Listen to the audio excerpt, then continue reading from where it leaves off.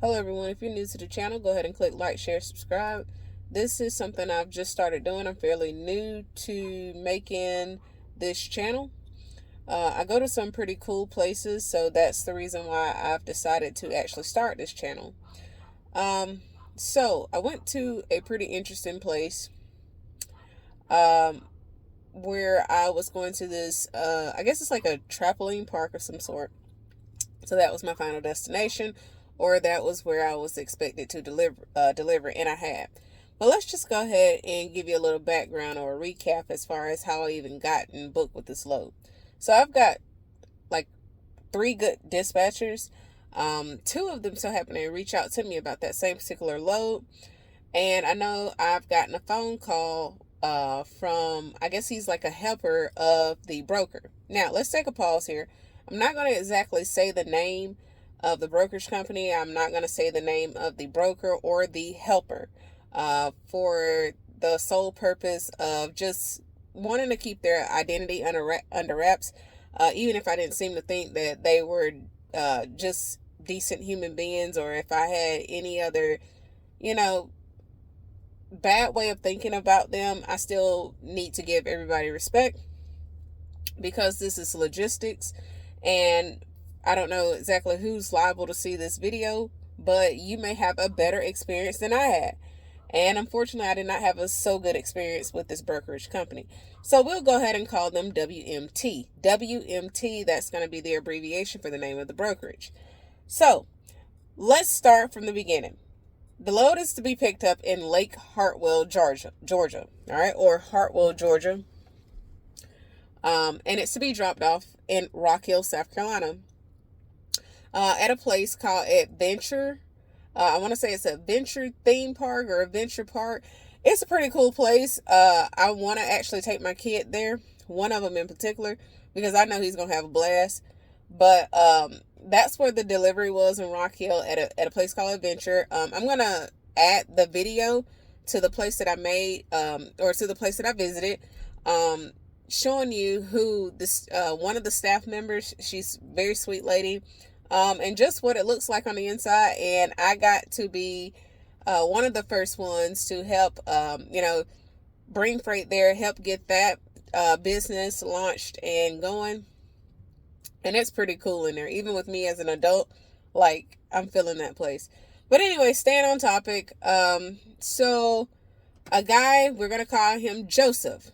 We're gonna call him Joseph, and he works for WMT too. But he also answers or reports to a guy we're gonna nickname Boston, right? So Joseph calls me. Joseph says, "Hey, look, I've got your dispatchers blowing me up. Are you going to take this load?" I said, yes. We discussed what the rate was.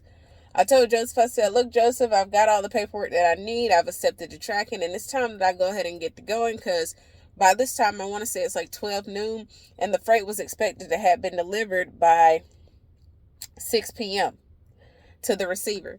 So I told him, I said, look, I'm going to have to put this phone down, but I've got to get en route. I've got to get there safely. And I'm one of the people who take this line of work serious. I see it all the time, where people are driving up and down the highway, texting, talking, no headset up to their ears. I mean, phones all in their hand, whatever. Different strokes for different folks. However, for me, I've invested a lot. I'm going to give it my all. And I know I've seen what a cell phone, a simple just texting on the phone can do.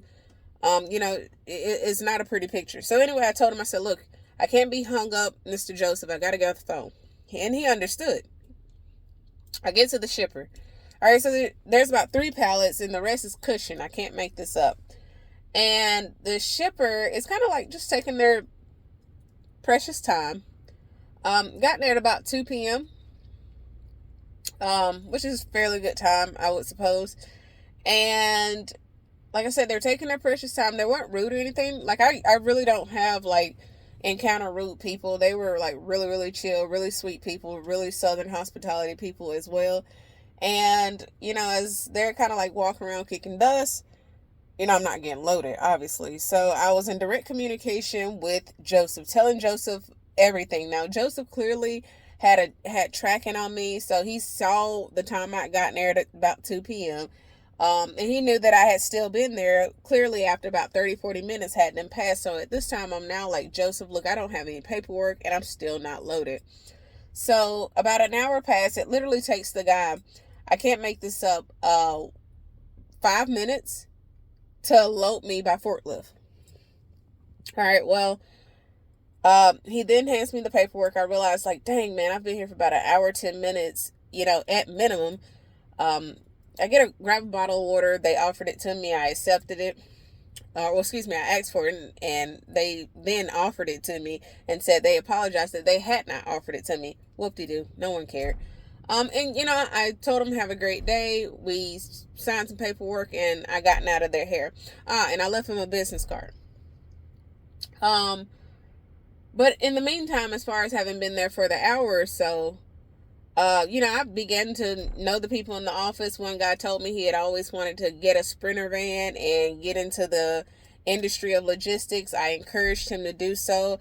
I gave him whatever little piece of advice that I had to share. And I just told him, just get out there and give it your all, and you never know what's going to come out of it. And he said he would consider doing just that.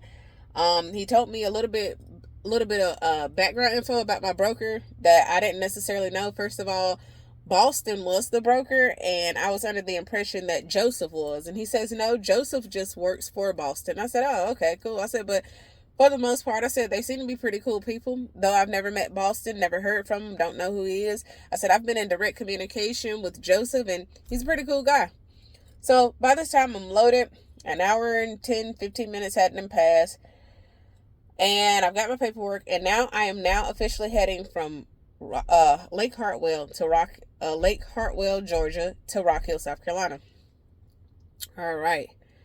So by this time, as far as me having fighting traffic, and it's now like about 3:10, 3:15, somewhere around that time.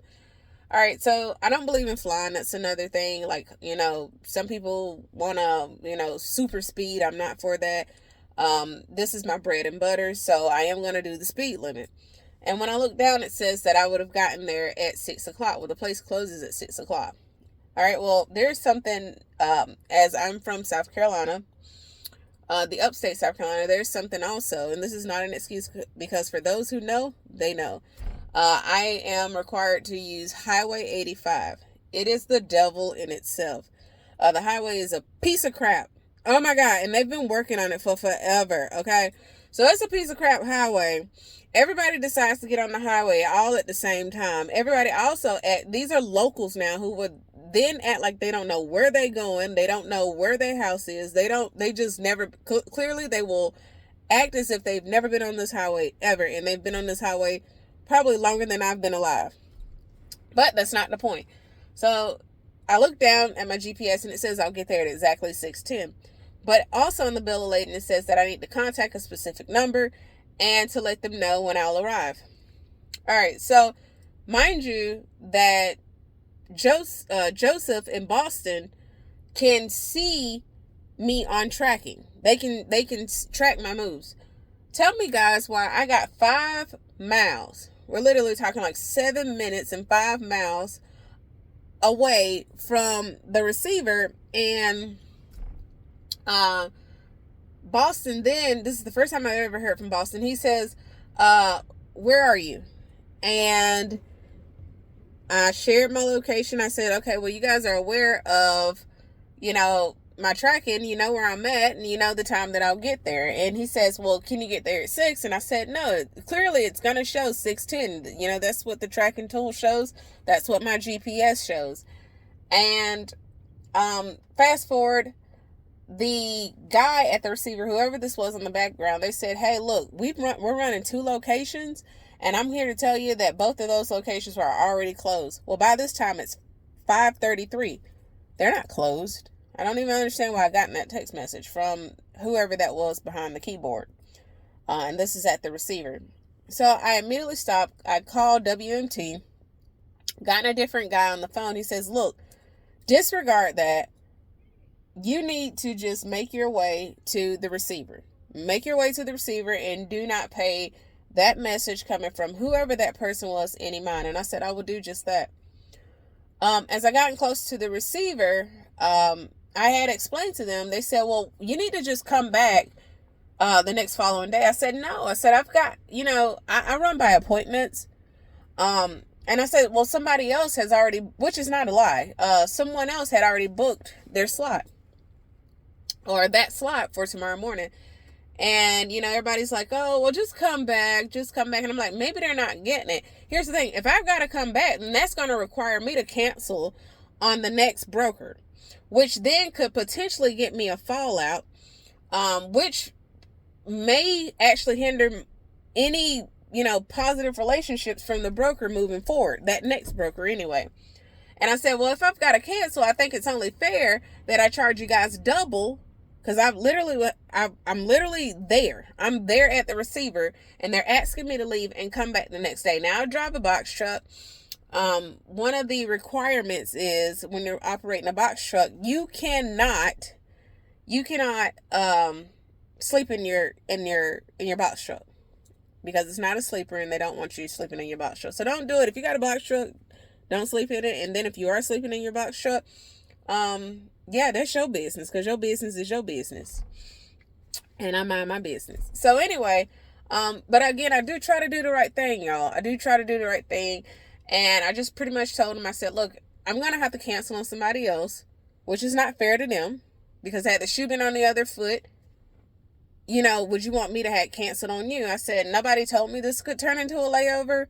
And I empathized with him. I said, look, your shipper, hey, I get it. They took longer than what was required, because it literally took them 5 minutes to get me loaded. However, we kicked dust and had small talk for at least about an hour and some change. And that was beyond me.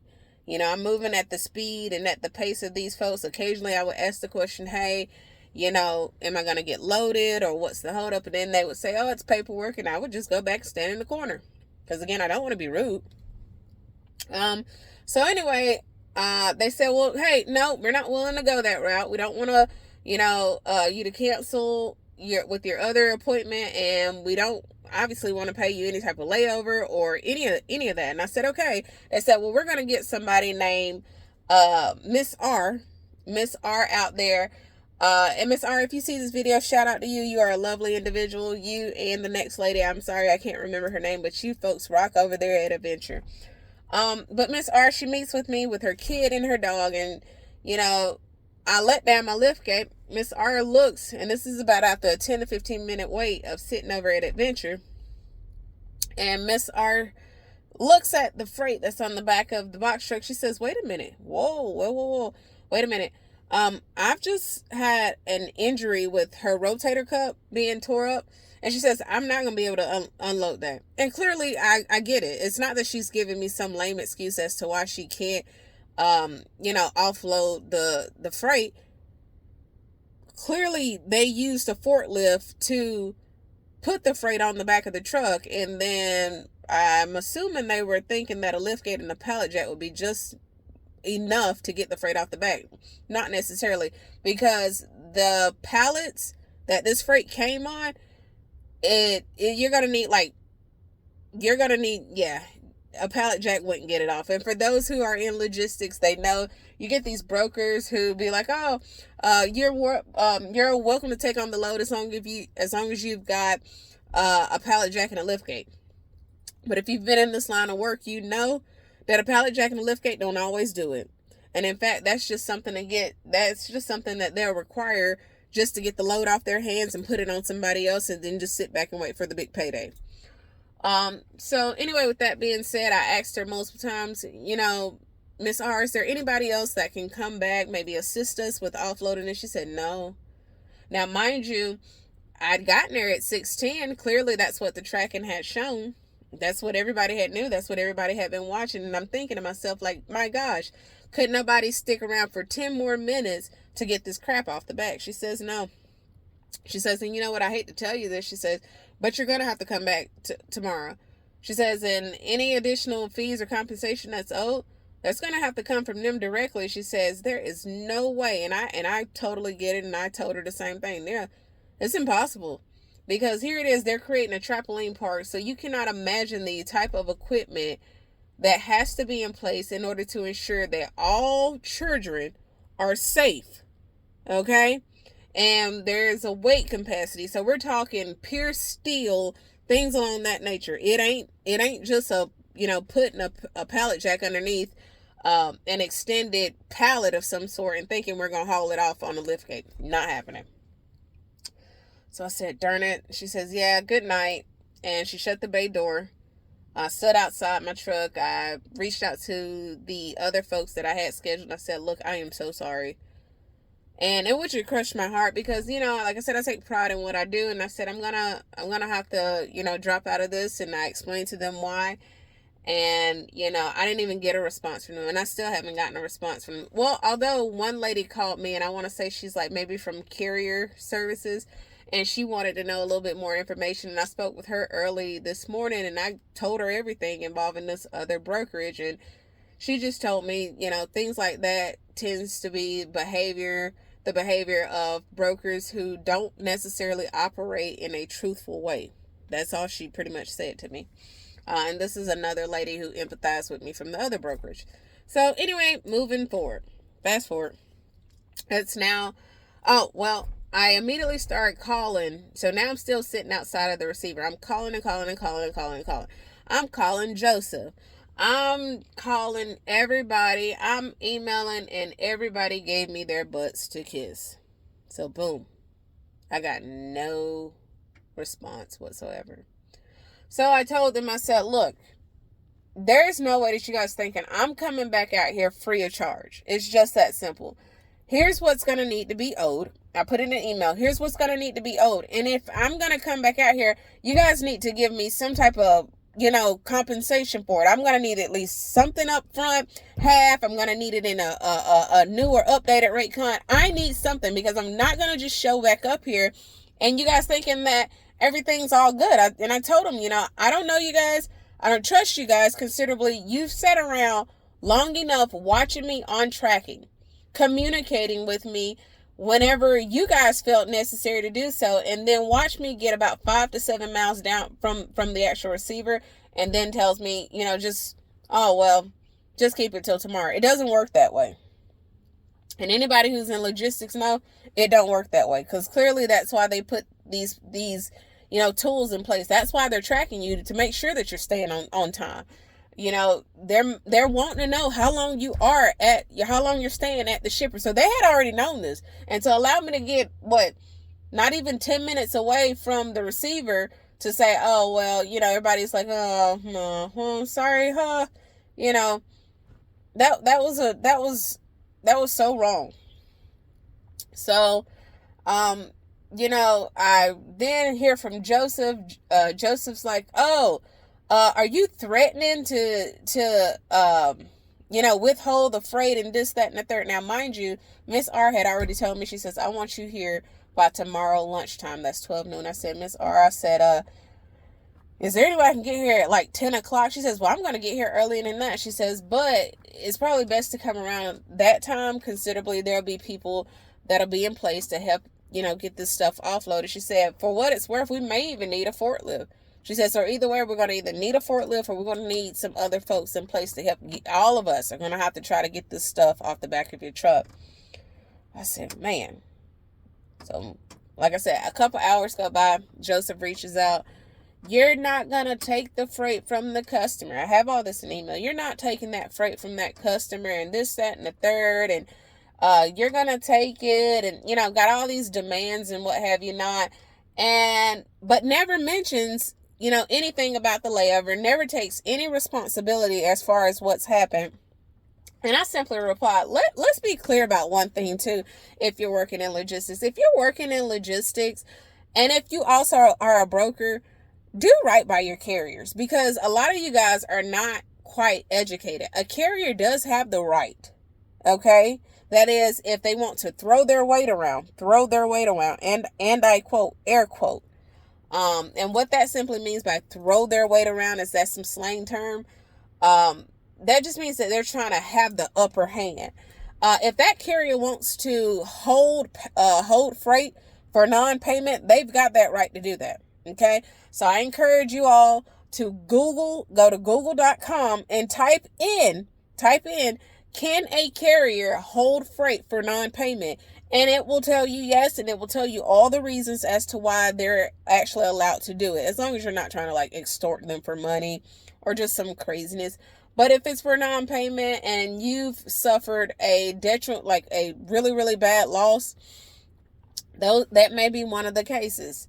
So I had to actually educate this uneducated broker, or at least the helper at this point, because I'm talking to Joseph, not Boston. Boston's in charge. I'll tell you where Boston comes in at in a minute. So, I sent Joseph that. Joseph then just doesn't say anything else for the rest of the night. In the morning comes, I hear from Boston. Boston calls, hey, I'm going to give you a phone call. I said, okay, Boston. Boston gets on the phone, and here's where it gets cute. Here's where it gotten really cute. Boston gets on the phone, hey, you're making demands, and I don't work like that, and I mean, I could understand your frustration, but you're telling me that, this, that, and the third, and here's where you're wrong at, pretty much just trying to failing to take any responsibility for what's actually happened here. Failing to take responsibility for me not being able to provide services to the next broker who had already had me booked. Just trying to not put any sweat on their back. So I said, no, it's not going to work like this. I said, clearly, I need you guys to take some type of accountability and make it right.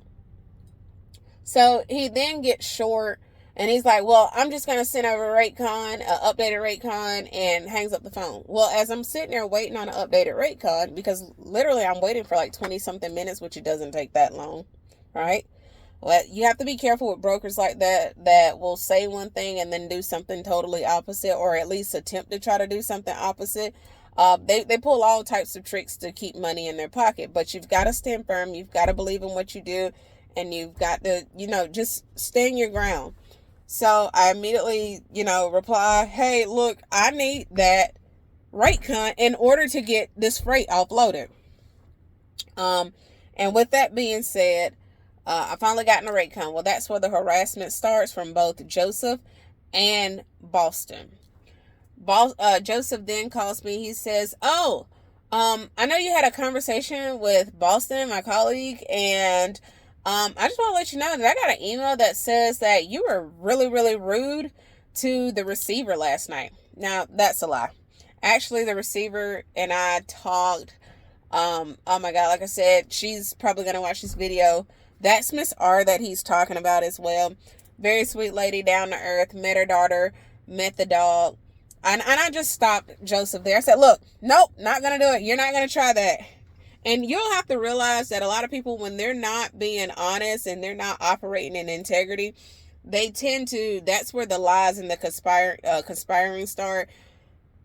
If I had been rude to Miss R last night, that would have been reported right then and there. Because be mindful that Miss R had been in direct communication with everybody just as well, as she was one of the people who had been called to come back out there as I sat there waiting for someone to meet me at the receiver. So, Miss R didn't say that, and I knew that she didn't. It's just one of them things where they're trying to take the sweat off their back. They don't want to take accountability, so they just start outright lying. Okay, there's no other way. They just start telling, excuse me, I try to keep it very clean and profanity free, but I'm gonna need some grace at this point. They just outright start telling fat ass lies. No other way to put it. So I told Joseph, I said, I'm not doing that. Sorry, that's not true.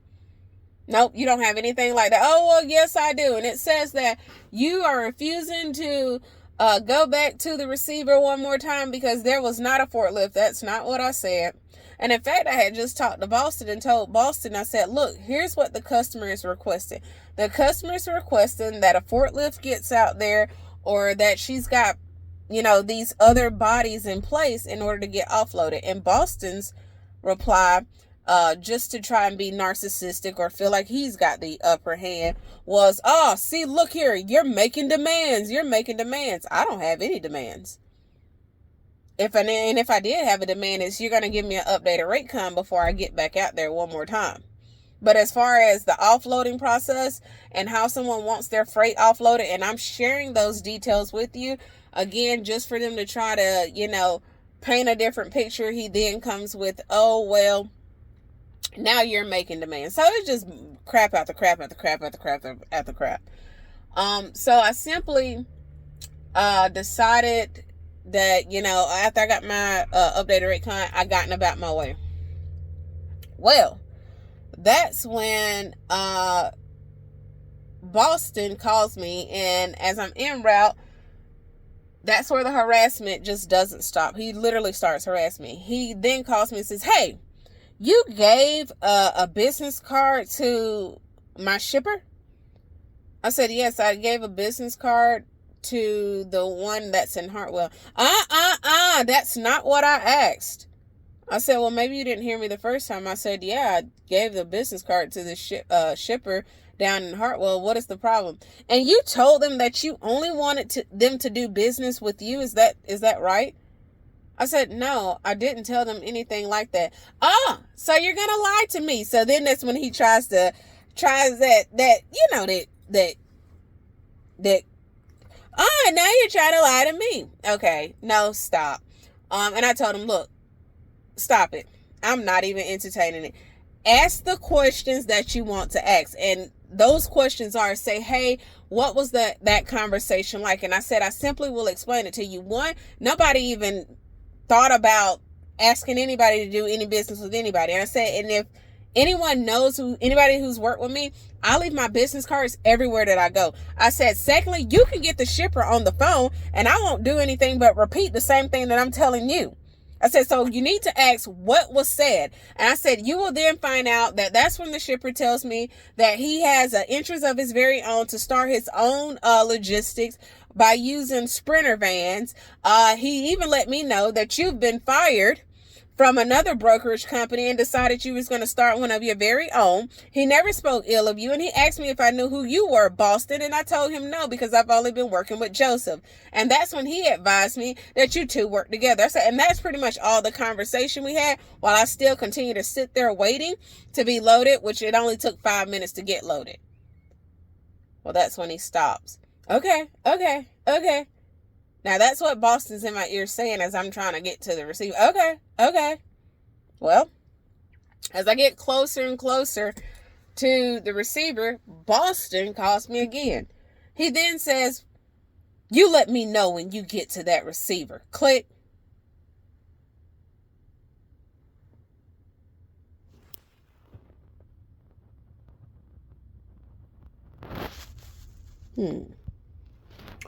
I said, yeah, either I'm dealing with a psychopath or, yeah, I'm dealing with a psychopath.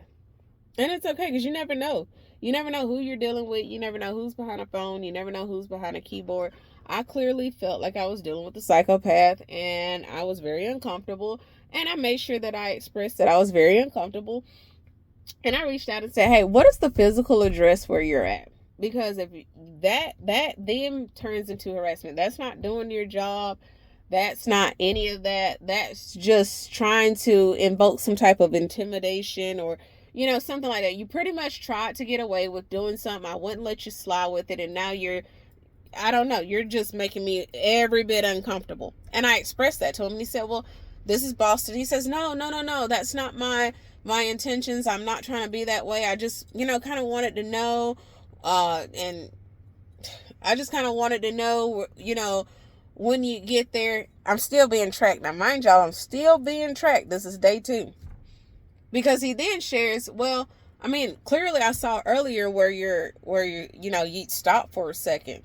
By the way, I had stopped because of traffic. He says, but I could see that you had stopped for a second. I hung up with him. I gotten offloaded.